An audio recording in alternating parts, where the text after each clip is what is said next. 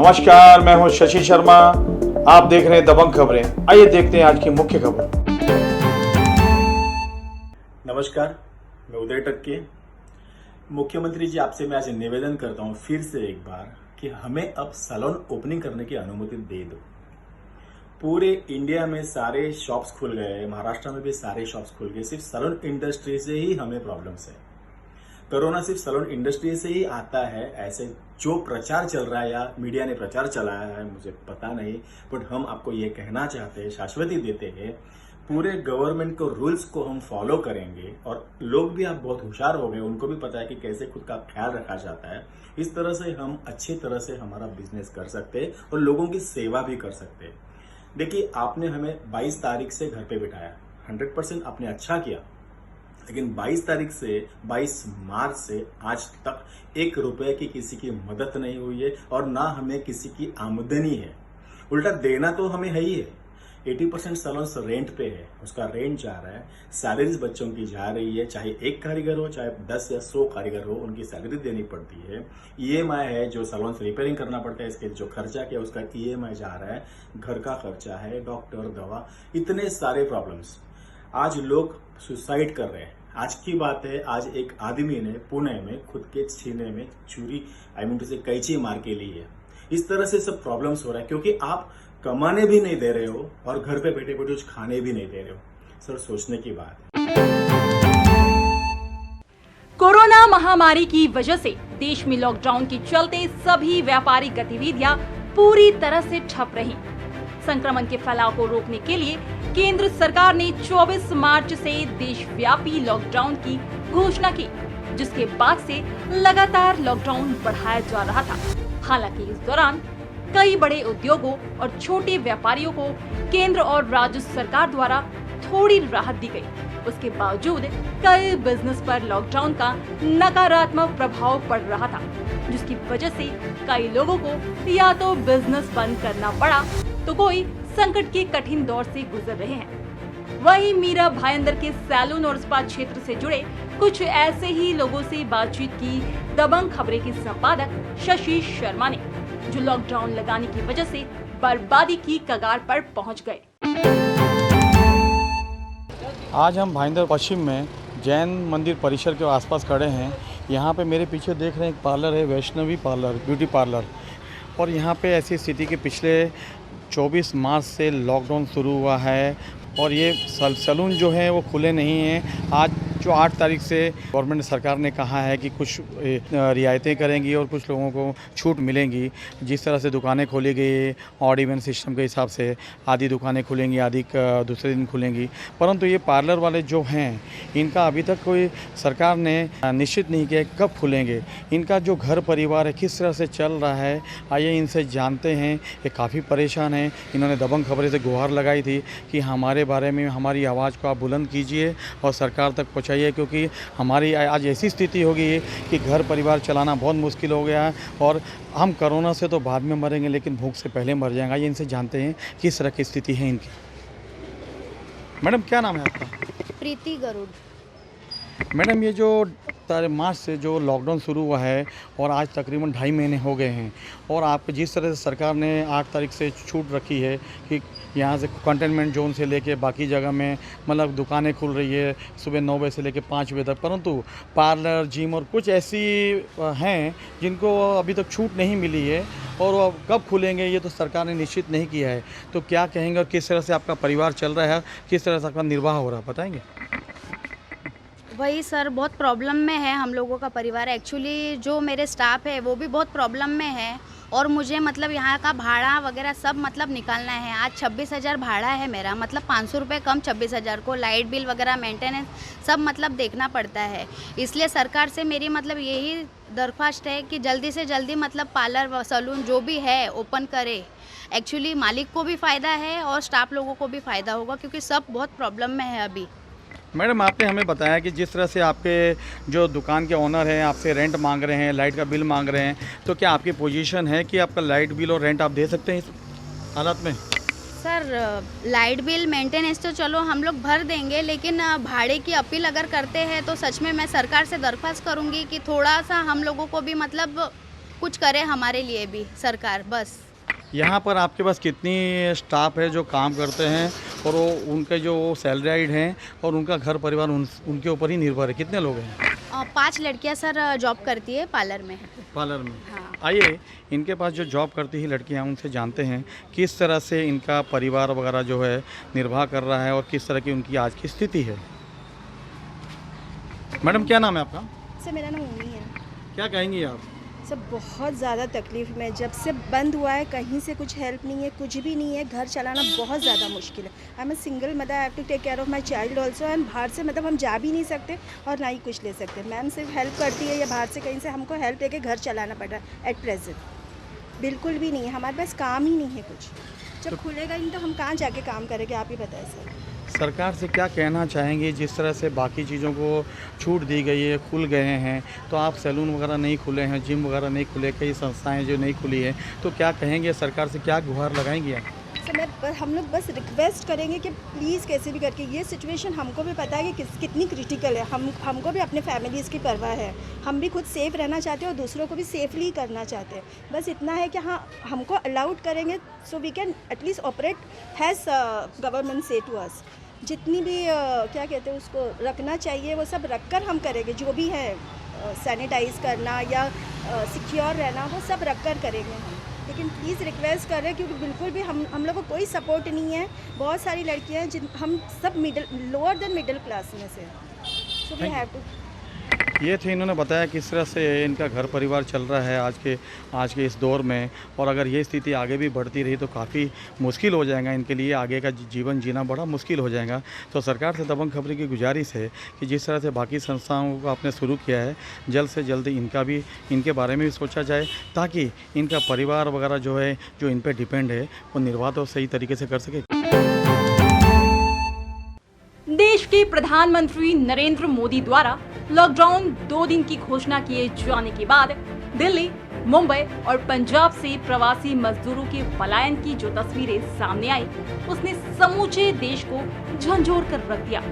जिसके बाद ये सवाल उठने लगा कि क्या शहरों में इन दिहाड़ी मजदूरों से काम लेने और इनकी राजनीति करने वाला कोई हमदर्द नहीं बचा, जो इन्हें लॉकडाउन के दौरान कुछ दिनों तक अपने दम पर पाल सके, या उन सब के लिए ये गरीब मजदूर सिर्फ पैसे कमाने या फिर वोट डालने की मशीन थी। ऐसे में मीरा भाईंदर शहर में सैलून और स्पा क्षेत्र से जुड़े उन सभी दिहाड़ी कारीगरों और छोटे दुकानदारों के लिए संकट की इस घड़ी में श्याम भाटिया संकट मोचन की तरह सामने आए और उनकी हर तरह से मदद की ताकि किसी को भी मजदूरी में पलायन ना करना पड़े। क्या नाम है सर आपका और क्या कहना चाहेंगे आप इस सैलून इंडस्ट्री के बारे में? मेरा नाम रमेश तंवर है और मैं ये चाहता हूँ कि अपने जो सैन समाज के जो लोग जो काम करते हैं वो काफ़ी परेशान भी हैं और अच्छा करना चाहते हैं और काफ़ी गाइडलाइन दे रहे हैं हम लोग और गाइड भी कर रहे हैं अच्छी तरह से, और आगे भी यही चाहते हैं उनको रोक के रखें कि 30 तारीख तक थोड़ा सा आप गाइड कीजिए। आगे जाके अपन बात किया है श्याम भाटिया जी से, भाई जी जो मेरे है उनसे भी बात किया है और आगे जाके खोलेंगे, और डांगे साहब से भी बात किया है। और हम लोग काफ़ी 2020 से लेके मार्च 22 तारीख से लेके अभी तक काफ़ी गाइड कर रहे और अभी भी गाइड करें। आज सुबह से भी 10 जने का फ़ोन है, बोला बीपी रोड पूरा खुल गया है, नवगढ़ रोड खुल गया है, अभी तक अपनी दुकानें क्यों नहीं खुली है, खाने के वादे, भाड़ा कैसा भरेंगे, लाइट बिल भरना है, बहुत टेंशन आ रहा है, क्या करें बोलो, अभी कुछ तो हमको रियायत दो। मतलब मैं बात करता हूँ, भाई से बात किया है मैंने, श्याम भाई से, तो आगे श्याम भाई ने बोला डांगे साहब से बात किया है, तो अभी जो भी है 30 तारीख तक निर्णय आएगा, जो भी होगा अपने समाज के लिए अच्छे काम करें और करते रहेंगे। मीरा भाईंदर में सैलून और स्पा क्षेत्र से जुड़े लोगों की तकलीफों को लेकर श्याम भाटिया ने मनपा आयुक्त चंद्रकांत डांगे से मुलाकात की और उनसे मांग की कि उन्हें भी सरकारी शर्तों के साथ दुकान खोलने की इजाजत दी जाए ताकि लॉकडाउन की वजह से परेशानी झेल रहे उनके सहयोगियों को थोड़ी राहत मिल सके।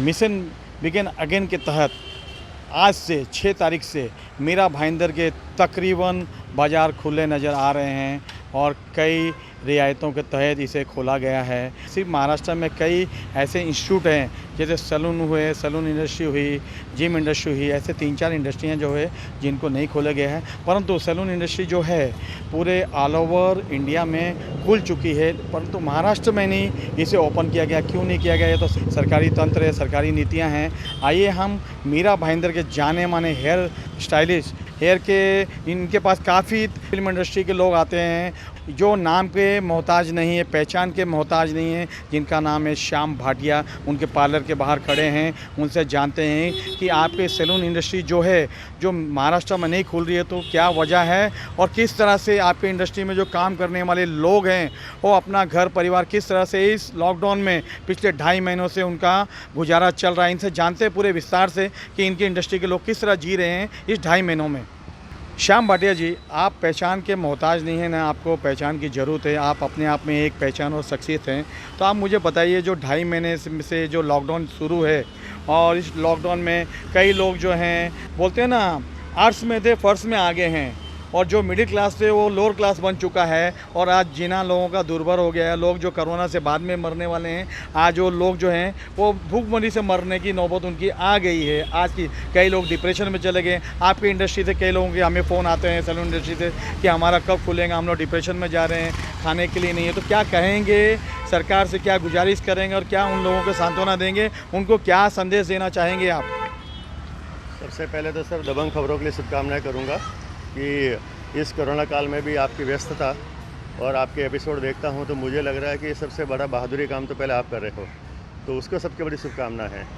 और साथ ही साथ यदि मेरी इंडस्ट्रीज़ की बात करो, ब्यूटी जगत की बात करो, तो सर मैं दिल से बोलूं या दुखी होकर बोलूं, कहीं ना कहीं ऐसी कामना आ गई है कि जहाँ रोज़ कमाने वाले, रोज़ अपना घर चलाने वाले जो ब्यूटी सैलून हैं, उनके बहुत से फ़ोन आ रहे हैं। सबसे ज़्यादा मेजॉरिटी यहाँ पे भाड़े पे दुकानें हैं सर, जिनका भाड़ा भरना मुश्किल हो गया, लाइट बिल भरना मुश्किल हो रहा है। और ऐसे हालात हैं उनके कि उनके बच्चों को पढ़ाई तो समझो लंबी रह गई सर, उनको गांव जाने के लिए भी हमको पैसा दे के गाँव भेजना पड़ा है, या शायद अभी दुकान खोलनी पड़ेगी ना, तो हमें उनको मदद करनी पड़ेगी, या तो भाड़ा देने में या और कोई सपोर्ट में। हमें अवेयरनेस के तौर पे हमने सोचा उनको मास्क दिए जाए, उनको एप्रेंस दिए जाए, ग्लव्स दिए जाए, बहुत सी सुविधा एसोसिएशन की तरफ से हमने करने की कोशिश करें। ख़ास तौर से मीरा भाईंदर में हैं, तो हम चाहते हैं कि हमारे मीरा भाईंदर के ब्यूटी सैलून मतलब मिनिमम 2000 और hair cutting salon minimum 600 Mira Bhayandar में और भाईंदर में, और 600 या 1000 हमारा भाईंदर में होगा। तो यदि दोनों आंकड़े मिलाया जाए तो सर 4000 के आसपास हमारे ब्यूटी सैलून है, और बेरोज़गार समझो 10,000 लोग आज बेरोज़गार हैं। हम ये चाहते हैं कि आज सभी बाज़ार खुल रहे हैं, तो हम प्रिकॉशन के साथ, सरकार की गाइडलाइन के साथ अच्छा काम करें। उनके निर्देशानुसार हमने हमारे जो VLCC है या वेलनेस सर्टिफिकेट जो हमारे स्किल के है, या वर्ल्ड स्किल जो हमारे मोदी जी का है, उनके सबकी हमने ट्रेनिंग ली है। ऑनलाइन हम ट्रेनिंग करा रहे हैं, अभी भी ऑनलाइन ट्रेनिंग कर रहे हैं। हमारा हेयर एंड ब्यूटी एसोसिएशन है जो ऑल इंडिया लेवल पे, उनसे हमारा अमेरिका से, ताइवान से या लंदन से हमारे रोज़ एक ब्यूटिशंस को हम जितना हो सके ऑनलाइन ये दे रहे हैं कि ताकि हम किस तरह से शुरू करें, किस लेवल पे शुरू करें, और क्या क्या प्रिकॉशन करना चाहिए हमारे खुद के लिए भी और क्लाइंट के लिए भी। बट बात आ रही है उस स्तर के लेवल के जो छोटे सैलून हैं, जिनके पास मोबाइल की सुविधा होने के बाद भी उनको इंटरनेट चलाना नहीं आता है, या छोटे छोटे झोपड़ों में सैलून है।